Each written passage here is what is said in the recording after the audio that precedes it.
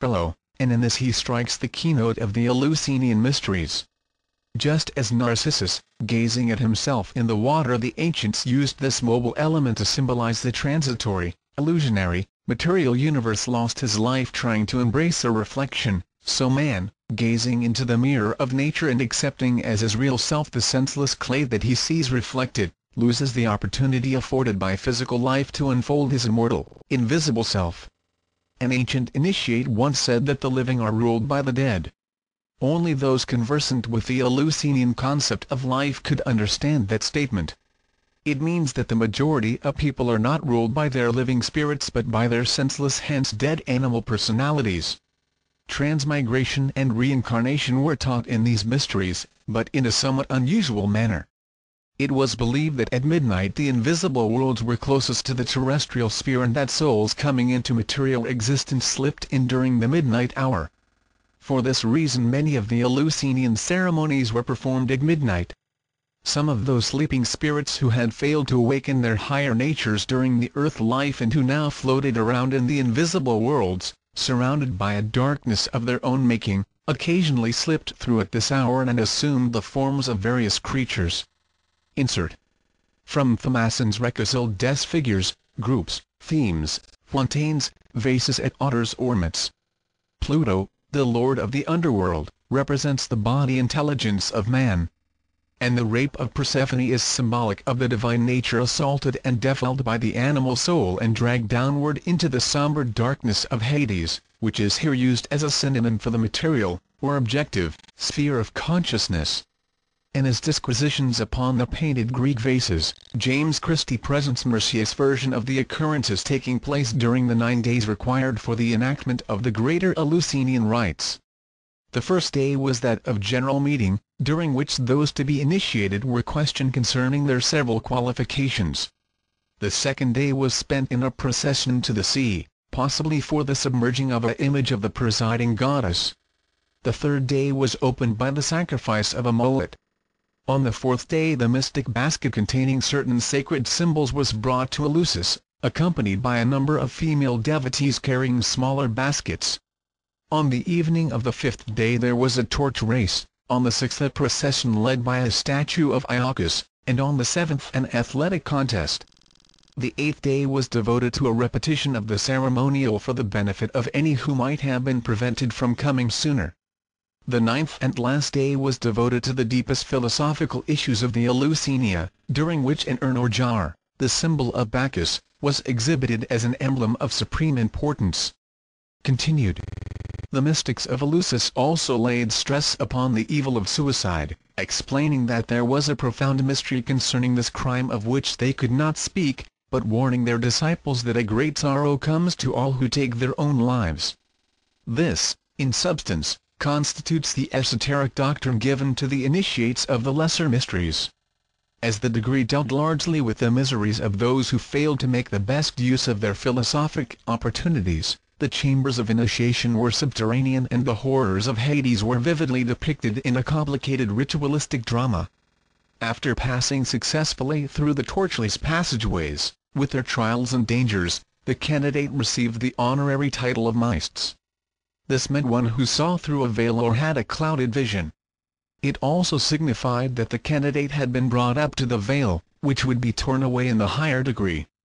The modern word mystic, as referring to a seeker after truth according to the dictates of the heart along the path of faith, is probably derived from this ancient word, for faith is belief in the reality of things unseen or veiled. The greater mysteries into which the candidate was admitted only after he had successfully passed through the ordeals of the lesser, and not always then, were sacred to Ceres, the mother of Persephone, and represent her as wandering through the world in quest of her abducted daughter. Ceres carried 2 torches, intuition and reason, to aid her in the search for her lost child the soul. At last she found Persephone not far from Eleusis, and out of gratitude taught the people there to cultivate corn, which is sacred to her. She also founded the mysteries. Ceres appeared before Pluto, god of the souls of the dead, and pleaded with him to allow Persephone to return to her home. This the god at first refused to do, because Persephone had eaten of the pomegranate, the fruit of mortality.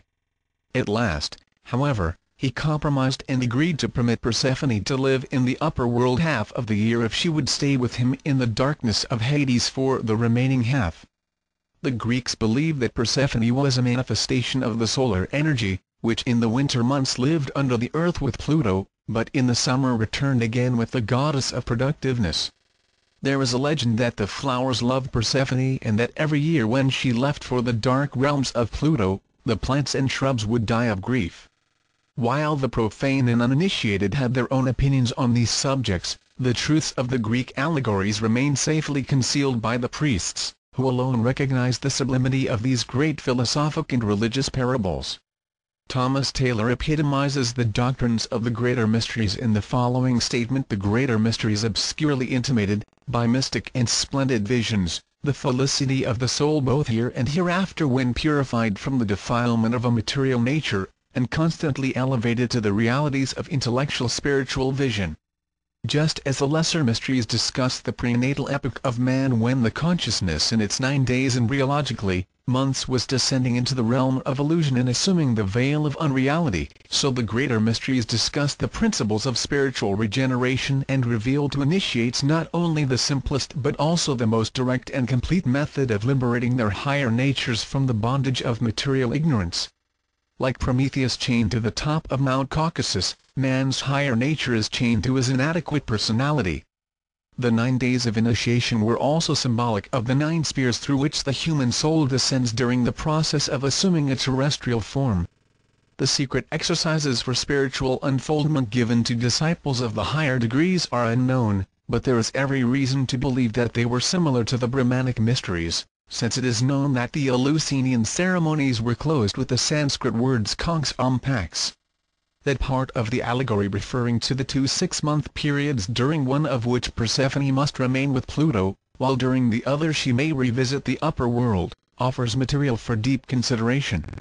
It is probable that the Eleusinians realized that the soul left the body during steep, or at least was made capable of leaving by the special training which undoubtedly they were in a position to give. Thus Persephone would remain as the queen of Pluto's realm during the waking hours, but would ascend to the spiritual worlds during the periods of sleep. The initiate was taught how to intercede with Pluto to permit Persephone the initiate's soul to ascend from the darkness of his material nature into the light of understanding. When thus freed from the shackles of clay and crystallized concepts, the initiate was liberated not only for the period of his life but for all eternity, for never thereafter was he divested of those soul qualities which after death were his vehicles for manifestation and expression in the so-called heaven world. In contrast to the idea of Hades as a state of darkness below, the gods were said to inhabit the tops of mountains, a well-known example being Mount Olympus, where the 12 deities of the Greek pantheon were said to dwell together.